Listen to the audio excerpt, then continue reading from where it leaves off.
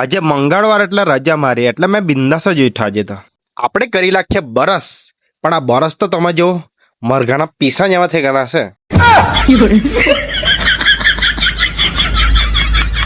દાઢી તો કાપી નાખી આપણે ઘેરે, પણ આ બાલ કેમ કાપવું? એટલે ઓનાલા જ જવા પડવા.